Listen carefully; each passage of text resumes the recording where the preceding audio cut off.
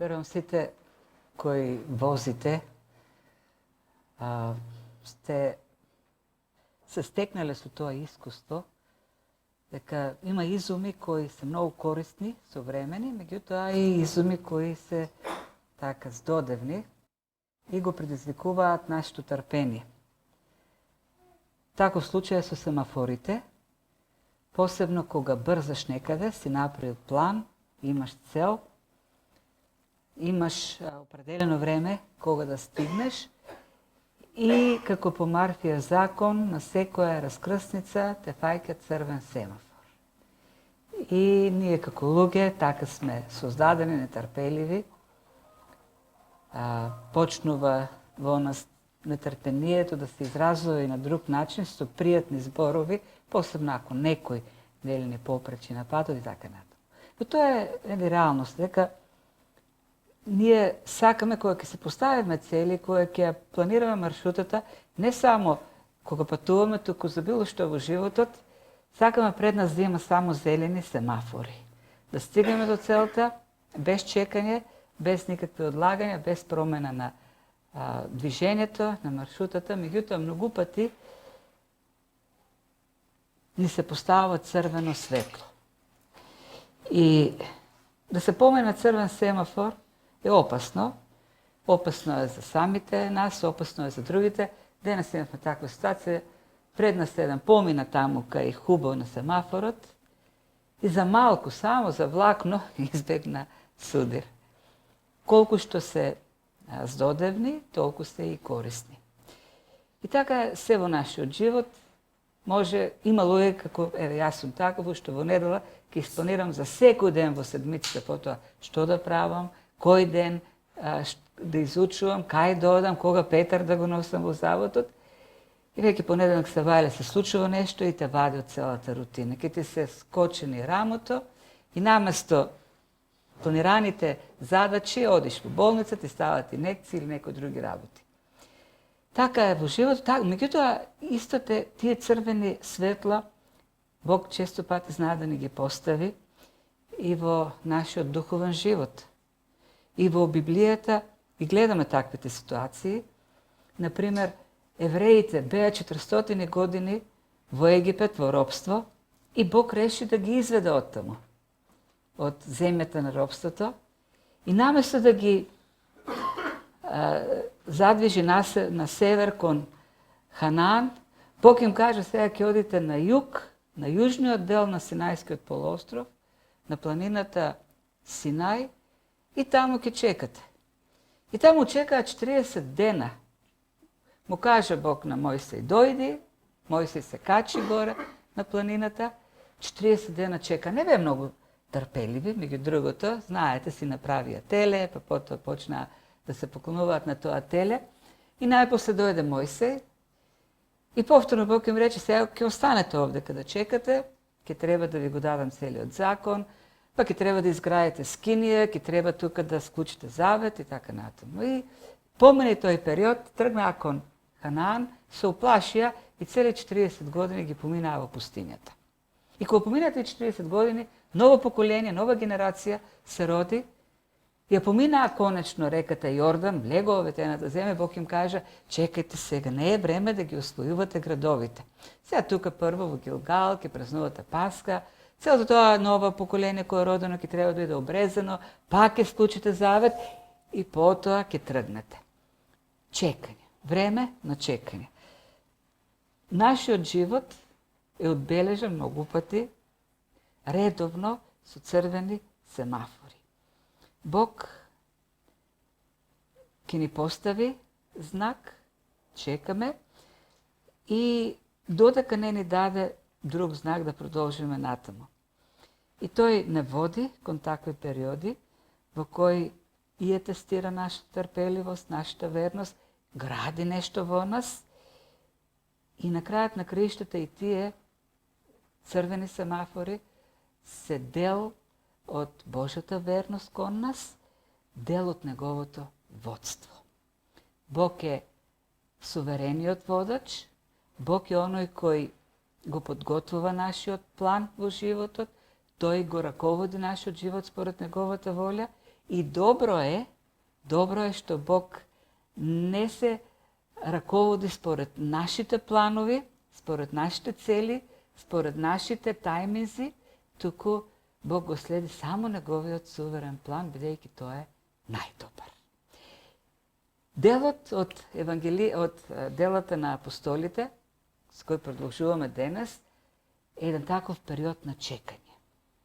Период во кој учениците, како што им рече Господ Исус, сега ќе чекате да примете сила од озгора, тие чекаа. Продолжението, 12 стих е продолжение на она што го разгледавме досега. Учениците беа сведоци на еден значаен настан. Последните моменти со Христос ги поминаа на Масленовата гора, тоа некаде околу пола час одење од Ерусалим, гора близу до Ерусалим. Таму ги добие последните инструкции од Христос. Тој им кажа мисијата, вие ќе ми бидете сведоци. Сведоци од Ерусалим, па преку цела Јудеја, Самарија и до крајот на светот. И кога ги кажа тие последни зборови, се вознесе. И тоа во еден спектакуларен настан. Облак од слава го обзаде, почна да исчезнува од нивниот поглед и двајца мажи се појави во бели облик и двајца ангели им рекоа: што гледате, овој што така, си оди, така исто и ќе се врати повторно. И сега, што се случува после? Веднаш, следниот стих гледаме, пишува: тогаш тие се вратија во Ерусалим од планината, наречена Маслинова, која се наоѓа близо до Ерусалим колку еден саботен ден одење. Значи, тоа се околу 2 километри, јас 2 километри поминам некаде 20-25 минути со нормално одење. Тоа е оддалеченоста. И отидоа таму и се искачија во горната Одеја. Тоест, се отидоа таму каде што беа преку целото време од Христовото, од смртта, каде што се крија, таму се отидоа. Малку, така, имајќи ги во предвид сите тие околности кои претходат, ова е малку невообичаена реакција. Како прво, тие се сведоци на спектакуларен настан, гледат како Исус се вознесува пред нив. И би очекувале така, очигледно дека тие се возбудени, радосни. Например, истиот тој настан Лука го опишува и во Евангелието на крајот, еден од последните стихови, таму вели: и додека ги благословуваше Христос, се одели од нив, се вознесе на небото, тие му се поклонија и се вратија во Ерусалим со голема радост, голем ентузијазам. Беа сведоци на тоа како Христос се вознесува и слушнаа упатства. Има голема мисија им беше дадена. Мисија за спасење на човечки души. И сега, после сето тоа, ги гледаме тие, се одат пак у собата горе. Би очекували, би било нормално во тој ентузијазам тие веднаш да се прснат по улиците на Ерусалим и да почнат да зборат: знаете ли што се случи? Христос се вознесе, тој ни даде мисија, покајте се. На крајот на криштата, 3 години и повеќе беа континуирано за тоа подготвувани, за тоа беа обучувани. Меѓутоа, за да се изврши една работа, ти има навистина значена мисија, не е доволно радоста, не е доволен ентузијазмот. Конечно, Христос им рече: ке чекате.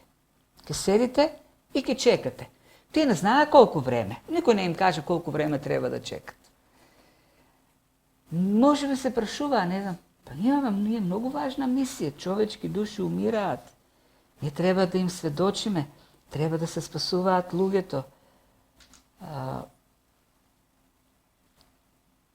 На крајот на краишта, тој период беше само 10 дена од вознесението на Христос до Педесетница.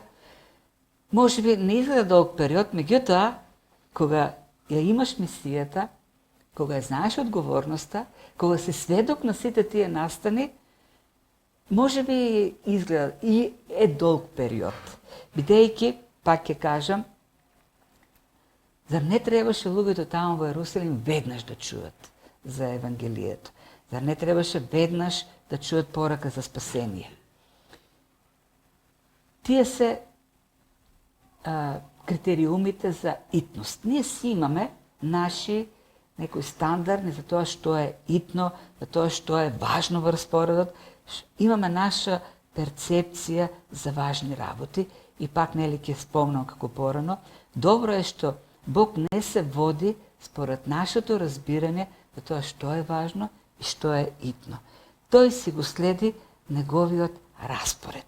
Тој знае што е добро, тој знае кога е вистинското време, знае колку долго чекањето е добро за нас и за службата што ни ја дал.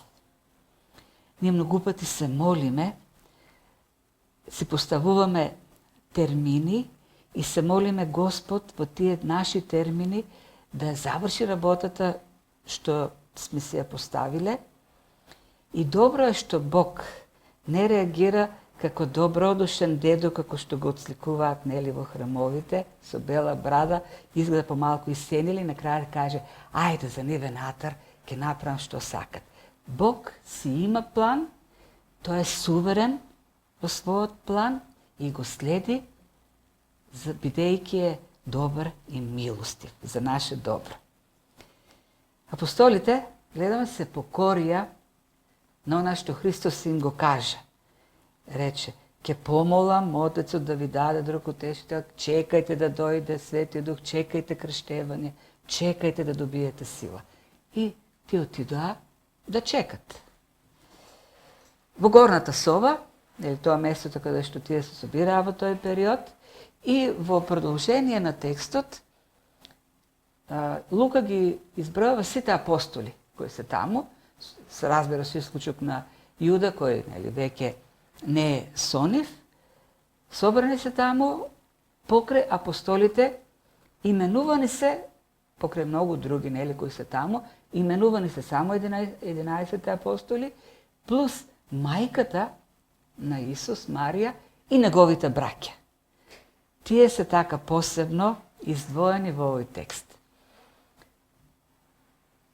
Лука чувства потреба да ги вклучи овдека во тој список, имајќи го во предвид она информација што имаме од Евангелијата дека не толку Марија, меѓутоа дури и Марија, меѓутоа ученици, неговите браќа и сестри, претпоставам тука се и сестрите на Христос, беа скептични, многу пати го иронизираа Христос. Уверија, ти си Месијата, најде оди у таму Ерусалим, таму покажи се, нели кој сака слава, оди во Ерусалим. Имаше моменти кога во конфликтите со фарисеите така ќе се вакво фрустрираше ситуацијата што доаѓаа неговите браќа и сестри, вклучително и мајката Марија, и дури пише во Марко дека тие се го прибраа, сметајќи дека е луд. Да. И сега гледам овдека во тој круг, најблизок круг на Христови ученици, и Марија и неговите браќа. Да, имаме информации во посланијата, Павле пише за тоа во 1 Коринтини 14 глава, дека после воскресението Христос се открива прво на Петар, па на 12 и посебно го спомнува Јаков и неговите браќа. И очигледно, во тој период, меѓу Христовото воскресение и вознесение, Христос имал средби можеби, со неговите браќа, со неговото семејство, во кое средби се случува таа промена, преобразбата, дотаму што тие ќе останат во тој најтесен круг, двајца од нив, Јаков и Јуда, ќе станат водачи на раната црква. Јаков ќе остане до 62-та година, до неговата маченичка смрт, водач на црквата во Ерусалим, на еврејската црква во Ерусалим. 62 година тој ќе биде мачен и фрлен од невисокото место во храмот. И така ќе заврши неговиот живот.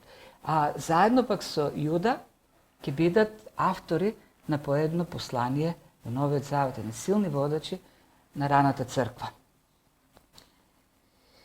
Малку понатаму може да се види дека таа група во текот на тие 10 дена се зголемува, кон нив се предодаваат уште 120 души.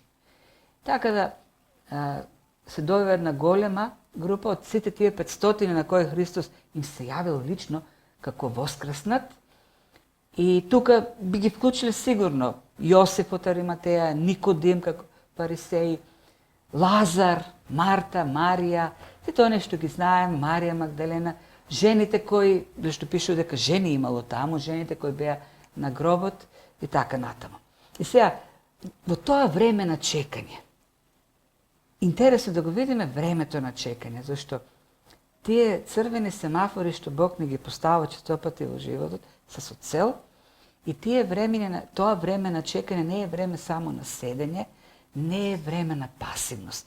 И времето на чекање е активно време. Тие се прво, постојано, заедно. Цело време се заедно. Не се случува она што вообичаено се случува, секој да си отиде дома, во семејството, да се моли посебно и да чекат некој да им даде знак, повторно да се соберат. Еве, дојде времето сега да се собереме, ќе се случи нешто важно. Не, тие се цело време постојано. И уште тоа е почетокот на црквата. Тоа е зародишот на црквата.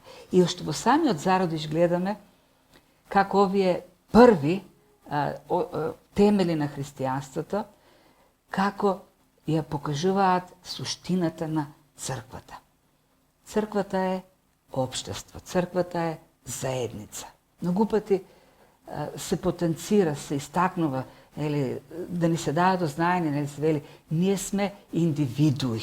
Ние сме сите индивидуи. Да, ние сме индивидуи, но ние сме индивидуи кои се создадени да живеат во заедница. Тоа е и во нашата суштина како луѓе. Тоа е, уште нели древните филозофи, Аристотел вели дека човекот е политикос зоа или социјал анимал или социјално суштество, животно битие кој живее во општество, во заедница. Бидејќи Бог го пресликал својот лик во нас, го отпечатил својот образ во нас. А Бог во суштина е битие на заедничарење. Зашто во целата вечност Бог суштествува во заедница на Отецот, Синот и Светиот Дух. И тој не создава својот образ, својот лик, тој не создава како битие кое живее, кое во својата суштина има потреба да живее во заедница со Бог, да биде во заедницата на Светата Троица и да живее во заедница со другите. Тоа е суштината на црквата. Не може христијанин да се преобразува во Христовиот лик, не може христијанин да расте, нема да преживее еден христијанин без заедницата, без животот во заедницата со другите. И ние сме сите соединети со Христос и соединети во Христос сме соединети едни со други. И не случајно апостол Павле користи метафора за црквата, земајќи го човечкото тело. Човечкото тело како слика за црквата, бидејќи телото е составено од органи, ниту еден орган во човечкото тело нема да продолжи да живее надвор од тој организам. Ако било кој орган, ако се извади од организмот, умира, престанува да живее. Така и црквата, вели Павле, е тело на Христос, во кој ние сме поделните органи кои екзистира, функционира заедно поврзан со другите органи. Така да, она што го гледаме овдека, што на самиот почеток е црквата како заедница, општество, тие се заедно чекат. И додека чекат, гледаме, тие се во молитва. Еднодушно беа постојано во молитва и молење заедно. Не седа со скрстени раце се молеа. Зашто се молеа?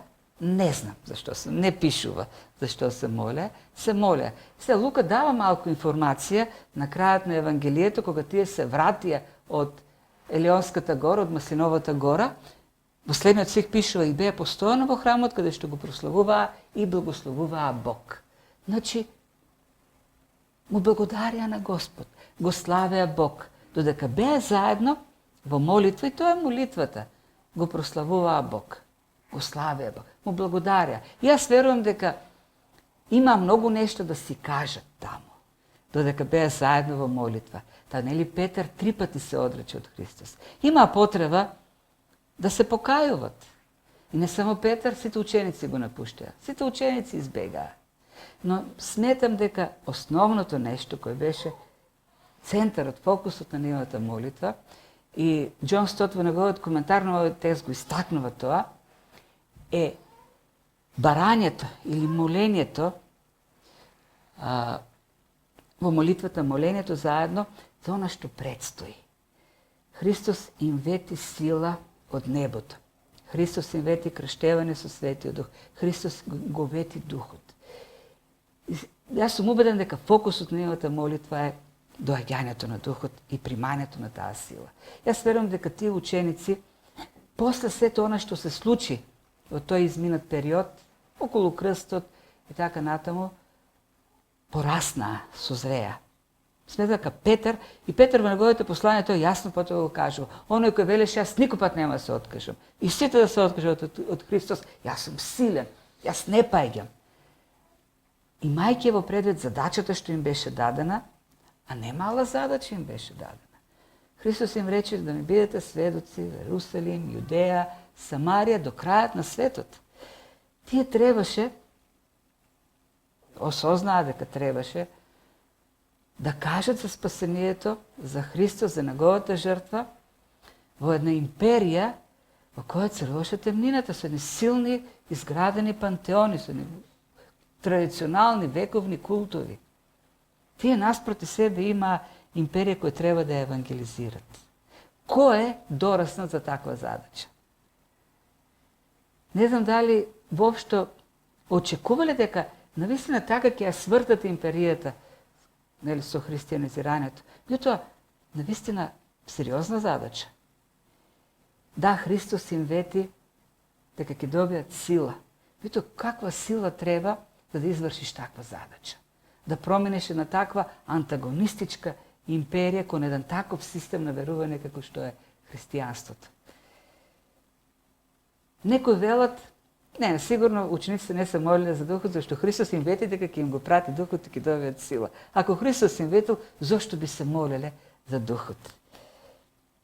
Божите ветувања не ја исклучуваат нашата молитва. Божите ветувања не ја прават нашата молитва излишна. Напротив, Божите ветувања ги насочуваат нашите молитви. Божите ветувања даваат насока на нашите молитви.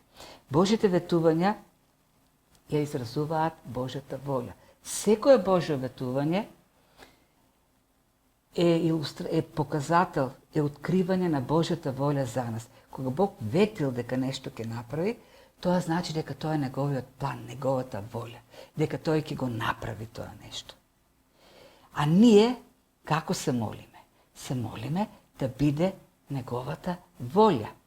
Божите ветувања, откривањето на Божите ветувања и откриваат Божјата воља, тоест ни дават насоки за што треба да се молиме.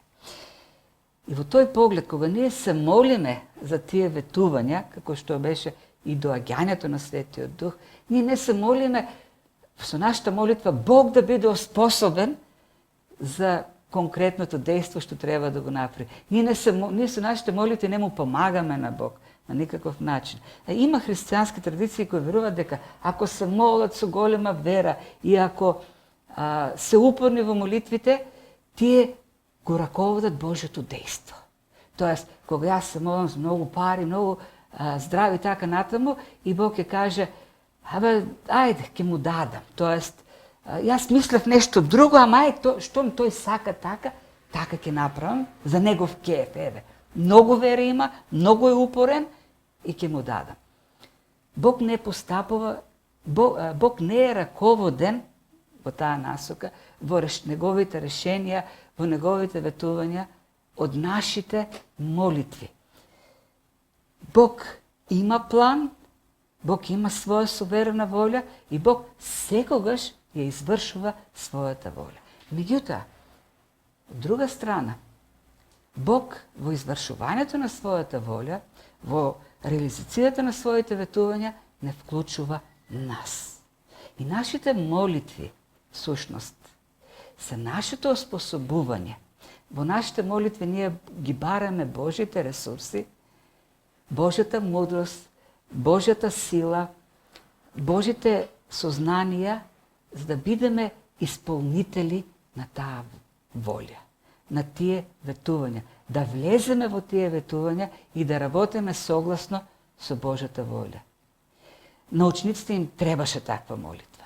Има задача, Бог им вети дека ќе прати сила, го вети Светиот Дух, но учениците имаа потреба да бидат успособени да извршат таа голема мисија која што ги очекуваше. И при тоа, нашата надеж, нашата сигурност е што, знаејќи дека Бог е суверен во исполнувањето на својата волја, Бог е верен во исполнувањето на своите ветувања, ние се молиме со сигурност. Имаме увереноста. Кога се молиме, ние не се сумневаме, зашто она што Бог го ветил, тој ќе го изврши. И затоа можеме да се молиме со сигурност. Нашата молитвата, која е според откриената Божја волја и ветувања, секогаш е слушната и секогаш е исполната од Бог. Да, може да има време на чекање, кој не значи доцнење од Бог, тоа е период во кој ние се приближуваме се повеќе и повеќе до престолот на благодатта. И Бог се повеќе и повеќе не утврдува срцето, не оспособува да го извршиме она што е наш дел во извршувањето на неговата волја. Така, тие се молеа. Како се молеа? Еднодушно и постојано се молеа во таа молитва. Овде има еден збор што јас го одделив, зашто е важен збор. Зборот еднодушно, тоа е комбинација на два збора. Зборот хомо, едно, исто, и тума кој значи ум. Тоа е еден ум. С други, идејата овде е дека во тоа општење што го имаат тие чекајки, не беа спротивставени во своите идеи, планови и така, немаше конфликти меѓу нив. И овој збор го истакнувам посебно, бидејќи е типичен за Лука, или може да кажеме типичен за оваа книга. Овој збор во целиот Нов Завет се користи само 11 пати, а овдека во Дела на апостолите 10 пати. Тоа е само уште еднаш вон книгата Дела на апостолите, на друго место во Новиот Завет. Честата употреба или вообичаената употреба на овој збор во книгата Дела на апостолите има за цел да ја представи природата на раната црква. А раната црква беше со еден ум. Раната црква не беше во конфликт. Раната црква, христијаните не седеа на Фейсбук и да бранат различни ставови. Конспирација ли е ковид, не е конспирација, па во тие различни ставови да почнат да се карат до таа мера што дури не сакат повеќе да се видат, се доведен впечаток како во секој момент ќе почнат да се псуват или да се тепат христијани. Не. Тие беа со еден ум. Знаеш што нивната мисија, знаеш што треба да чекаат и беа со еден ум. Не беа конфронтирани. И тоа е важно. Раната црква беше успешна, бидејќи беше црква, сите беа еднодушни. Беа сплотени во нивното разбирање што треба да прават. Што е важното, која е нивната задача. И знаете ли што? Ова е голема промена, голема зрелост кај учениците. Гледаме созревање кај нив. Зашто само 50 дена порано, 40 на дена порано, во истата таа соба, тие се караа. Се кара кој е поголем од другиот, кој е најголем. Јаков и Јован велеа, дај ние да седнеме лево и десно во твоето царство, да бидеме главни по крајте. Петар си имаше своји планови. Другите ученици па се налутија и они почнаа нешто да бараат. Беа поделени на фракции и спокарани. Сега, 40 дена подоцна, ги гледаме сплотени. Црквата не може да ја оствари својата мисија за која е повикана од црквата доколку не е еднодушна, доколку не е со еден ум. Црквата си има мисија, мисијата ја одредува Бог, и ако сите не се единствени во таа мисија, црквата нема да успева. Црквата ќе умира. И второто нешто што овде како гледаме, беа упорни. Постојани беа во молитвата. Зборот овдека е беа посветени, упорни беа во тоа што го барат. Сега овдека, пак нели, се поставува прашањето, нашата упорност е таа што ќе го предизвика Бог да направи нешто или пак се работи за нешто друго. И многу пати некои го земаат она парабола што Христос ја кажува во Лука 18 за вдовицата. Една вдовица, а вдовица во древноста е најниска социјална категорија, најбеззначаен член на општеството, незначаен никаков. Една вдовица таква оди кај еден судија која е пак на врвот на хиерархијата, а пак се погодва тој да е арогантен, неправеден, и вдовицата оди му бара услуга. И еден таков човек на таква позиција воопшто и не ни обраќа внимание на една вдовица, ќе вршам работа. Меѓутоа ја брка, меѓутоа вдовицата е упорна и на крајот, за веќе да не му досадува, судијата вели, ајде, ќе ти завршам работа, мавни ми се од главата. И сега, Христос овдека прави контраст. Не вели, и вие така сега, ќе му досадувате на Бог, ќе барате, додека тој на крајот не каже, ај, нека ми се мавнат од главата, ќе им дадам што сакат. Не, Исус вели, не, тој не е како тој судија, не, тој ве сака многу и со радост ќе ви дава. Меѓутоа, вие треба во вашите барења да не се откажувате, во вашите молитви да бидете постојани, тоест да не се обесхрабрувате. Има време кога се чека, има време кога чекаме на Божјото дејство, но тоа не е бидејќи Бог сака да дојде момент во кога ќе му здодеаме собирањата, па тогаш да одговори. Бидејќи тоа е Божјиот план. А ние во тоа време треба да се доближуваме се повеќе до Бог, да бараме од Бог. Да не се обесхрабруваме, да не се разочаруваме, туку да останеме во таа врска, во тоа барање. И тоа е целата идеја всушност на Христос. Да бараме, да бидеме постојани во молитвата. Не за да го убедиме Бог, туку бидејќи ние имаме потреба да останеме во близината со Бог.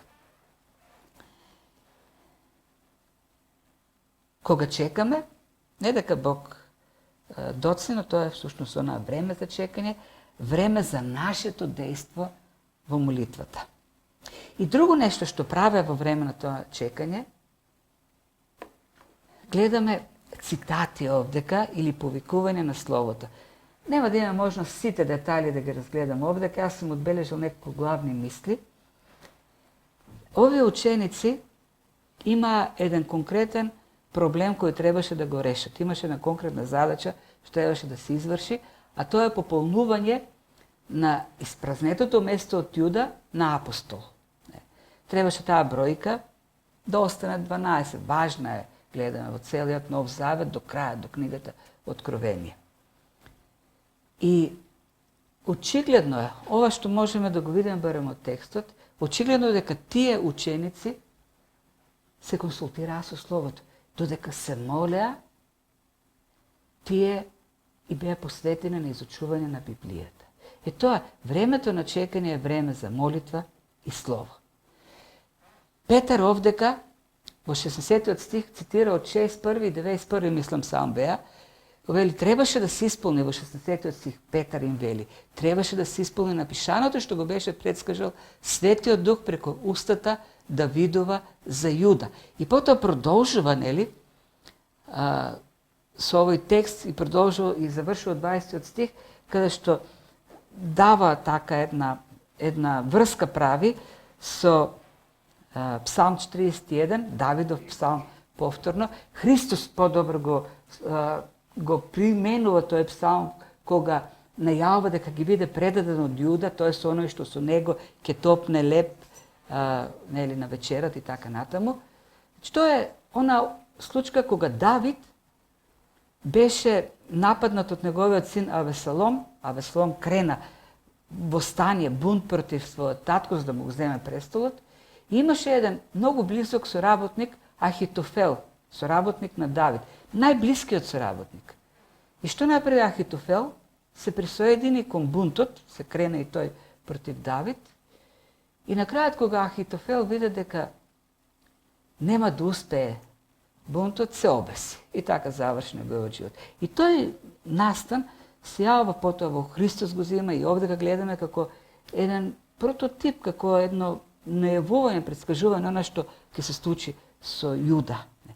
Но идејата овдека ми е дека во она што требаше да го прават понатаму, тие го очекуваа дејството на Бог во молитва, а во исто време, за да ја разберат Божјата волја, за да постапуваат според неа, го изучуваа Словото.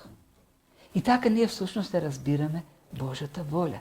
Тие беа посветени на изучување на Словото. Како да се направи сето тоа?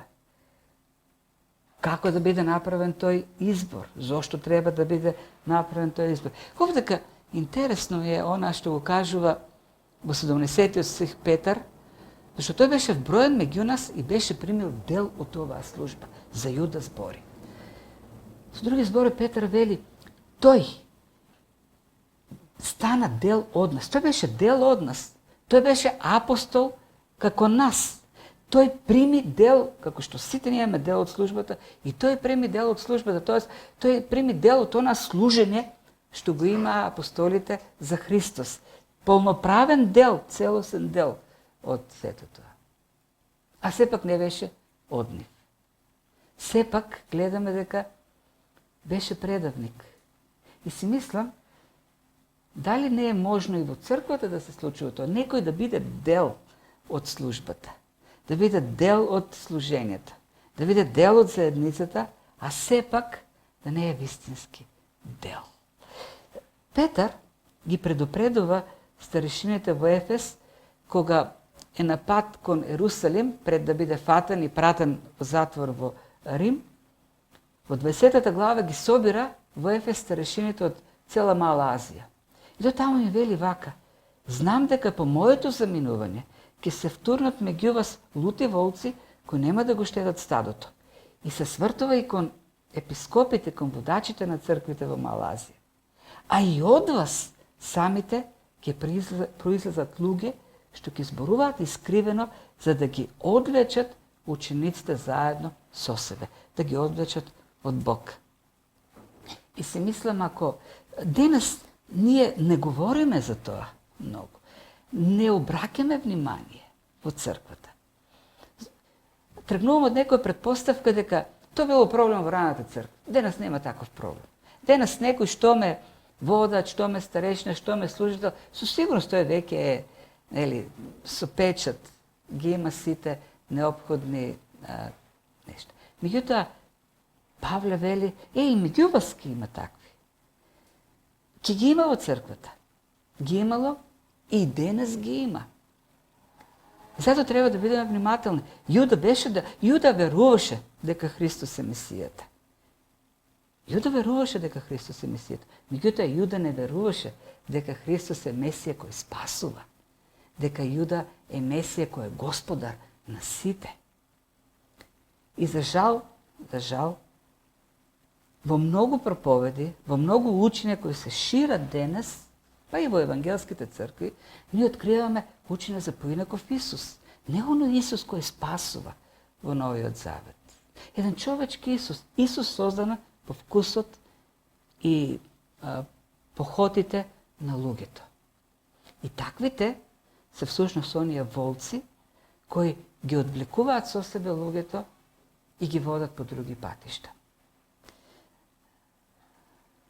И на крајот, со тоа ќе завршиме, правилата за изборот. Оној што требаше да биде избран како наследник на Јуда, Петар вели треба уште од почетокот, уште од почетокот да бил со нас и да е сведок на Христовото воскресение, разбирлив условот, бидејќи Христовото воскресение е основата на пораката на апостолите.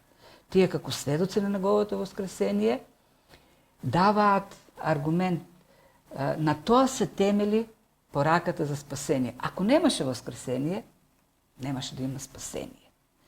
И тие како живи сведоци на Христовото воскресение дават тежина на Евангелието, на сведоштвото за Христос. И затоа апостолите требаше да го исполнат тој услов. И дури оној подоцна предадениот Павле на неколку пати повторува: јас го видов Христос воскреснат.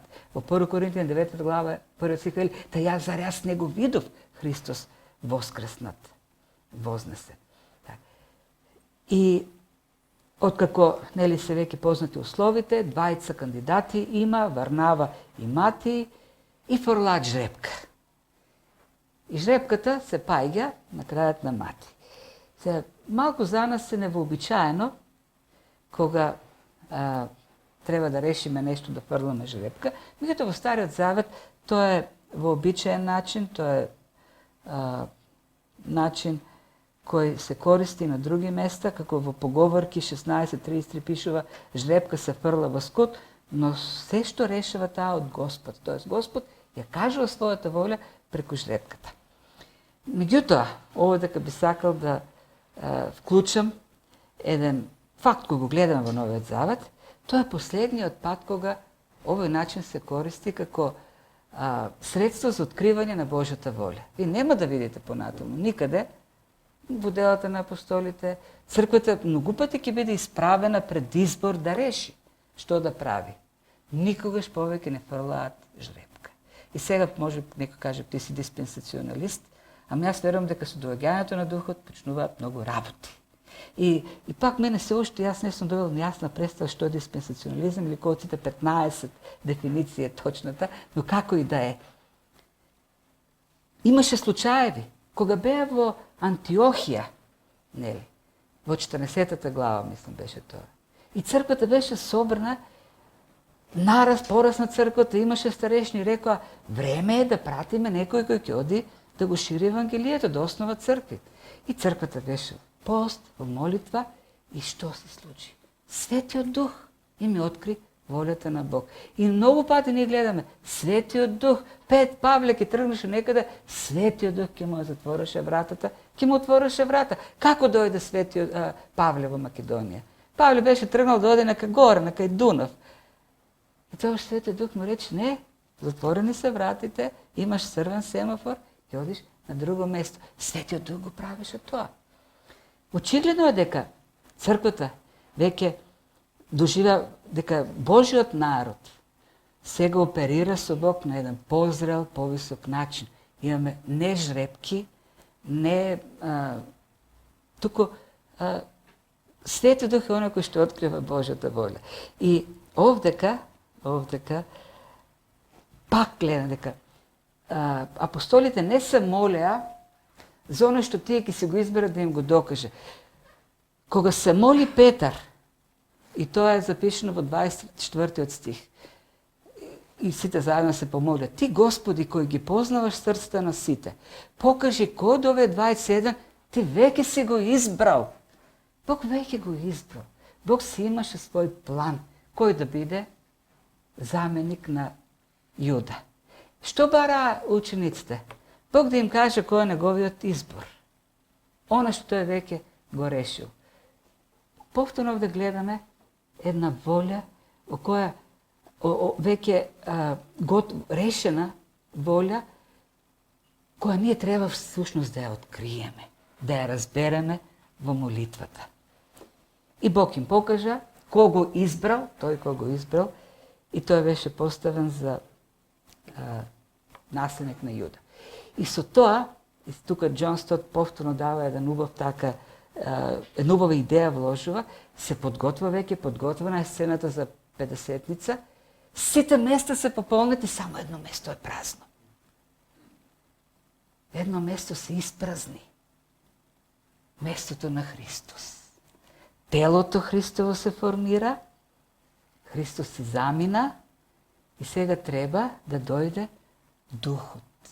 кој ќе го пополни, кој ќе движи црква. Христос продолжува да работи како глава преку телото, не како биолошкото, како едно композитно тело кое е на целата земја, водена преку Светиот Дух.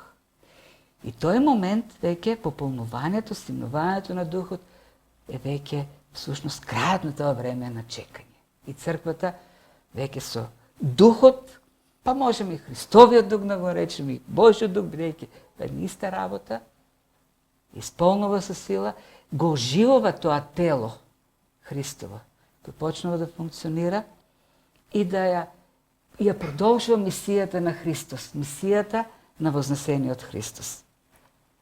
И така, гледаме црквата, завршуваме со чекањето. Време на чекање. Доаѓаат црвени семафори. Бог ни светнува честопати. Раната црква го разбра, или апостолите го разбраа тој момент, чека, им беше кажано да чекат. Чека, додека чека се молеа. Беа заедно, се молеа во Словото посветени, во слушање на Божиот глас, во покорност, не само што се молеа и не само што читаа, бараа да откријат Божјата воља, но и ја исполнуваа. Беа исполнити, извршители на Божјата воља. И така настапи нели тој миг за кој ќе збориме следниот пат. Во животот доаѓаат честопати време, доаѓа честопати време на чекање. Планираме да се вработиме, се молиме и Бог ни поставува некоја преграда, некаков црвен семафор. Може за сакаме брачен партнер и Бог поставува пак такви времиња за чекање. И во сите области во животот може да има такво време за чекање. Има само едно нешто за кое Библијата вели дека сега, точно сега е точниот момент. И кога, нели, поставя прашањето кога е најдоброто време, кога е најблагопријатното време човек да поверува во Христос, Библијата е категорична. Сега. Во тој поглед нема време за чекање. Ако некој не верува се уште во Христос, сега. Нема време за чекање.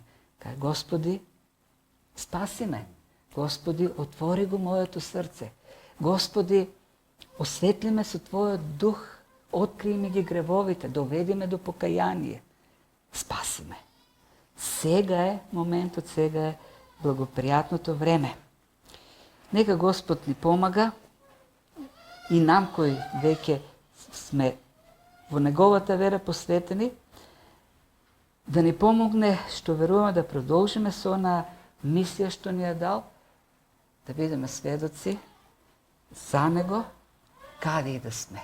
Овде, надвор, па и до крајот на светот. Амин.